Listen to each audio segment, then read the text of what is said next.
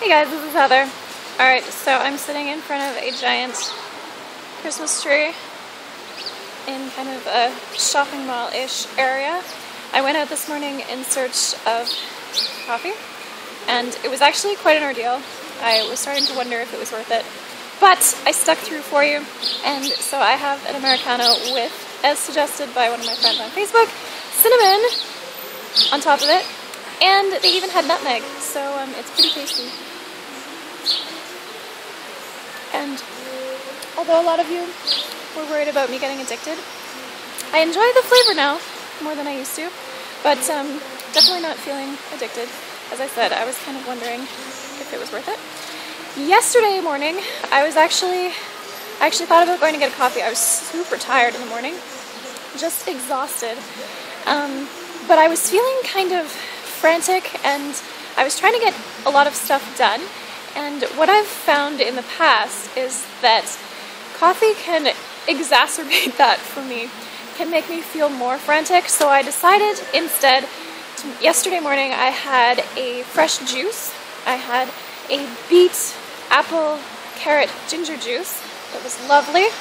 And then I had a matcha green tea latte with unsweetened almond milk, which is phenomenal. Every other matcha latte I've purchased has been super, super sweet, but this one was nice.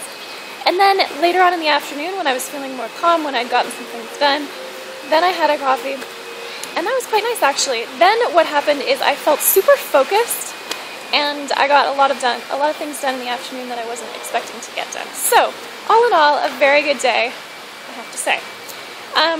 Okay, so I did want to talk about the downsides of coffee because I've noticed some personally, and of course there are some downsides health-wise. In my last video I mentioned adrenal fatigue, and I think I probably need to do a video specifically about that because a lot of people talk about it, but it's not really understood. So adrenal fatigue is a real thing. It's not necessarily fatigue. It's when your glands are having to be worked harder and they don't always keep up. So there are a lot of symptoms that happen with adrenal fatigue, and the adrenal glands, and glands in general, are affected by a trifecta of three things: stress, caffeine or stimulants, and sugar. And so a lot of us have those as very common elements of our lives, and that's why adrenal fatigue and gland fatigue is fairly common now, but it's not actually fatigue. So there is kind of a difference. Usually when people go to caffeine or coffee to boost their energy, what happens is they get a rise and then they crash. It's kind of similar to sugar, and so that's from the effect of adrenaline. Caffeine induces that adrenaline effect in your body, so for a lot of people that's not going to be very healthy, especially if you do it on too regular a basis.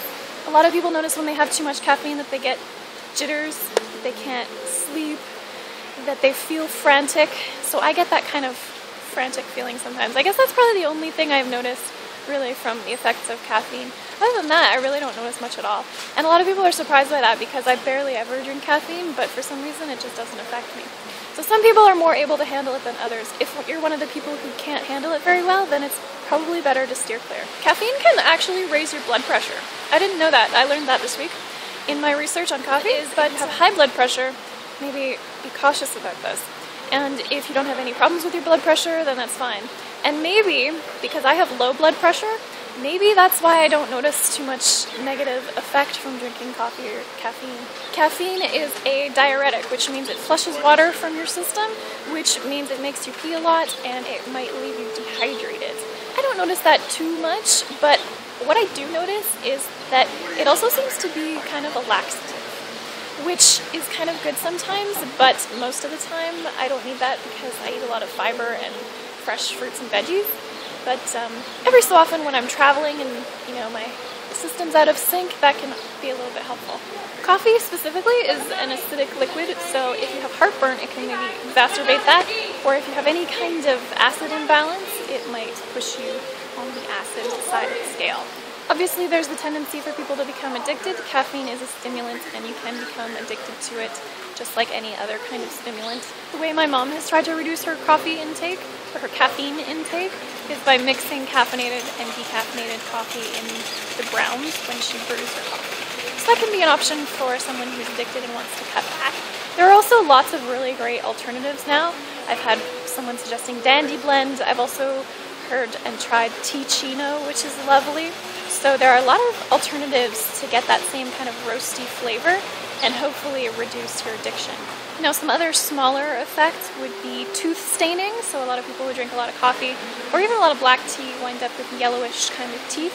And I've also noticed breath. There's this very distinctive aroma from coffee drinkers, very regular coffee drinkers. And the last little thing I'll mention is that although people often think of coffee as low calorie, and on its own it is, most people will be adding sugar and milk or cream or something like that to their coffee. And those kinds of things add up, so you may not be thinking about it as adding calories to your day, but it does. And then when you get into the sweetened lattes, those have a huge amount of calories and fat. So just be conscious when you're having a coffee or any kind of drink of what's going in it. Same thing can be said for juice, that a lot of people don't think about the calories in juice. So anyway, those are some of the downsides that I've found and that I've looked into. Alright, so bottom line, in my opinion, coffee is just a beverage, and you just need to look at it the same way as you would any other beverage in terms of not having it too much. And I also think that although most health professionals, and I include myself because I most often talk badly about coffee, but there are some health benefits, so it's not 100% bad. If you're not addicted, if you don't notice any negative effects from having coffee, and if you keep it in a moderate part of an overall healthy lifestyle, then I think go for it. But I would love to hear what you think. I've been enjoying your comments so far over this week, and I'd love to hear any kind of negative effects that you find personally, or some things that you enjoy personally about coffee. So leave me a comment down below. Let me know. That's it for my week of coffee. I'm going to enjoy my Americano with cinnamon and go get some work done. Alright, see you guys later.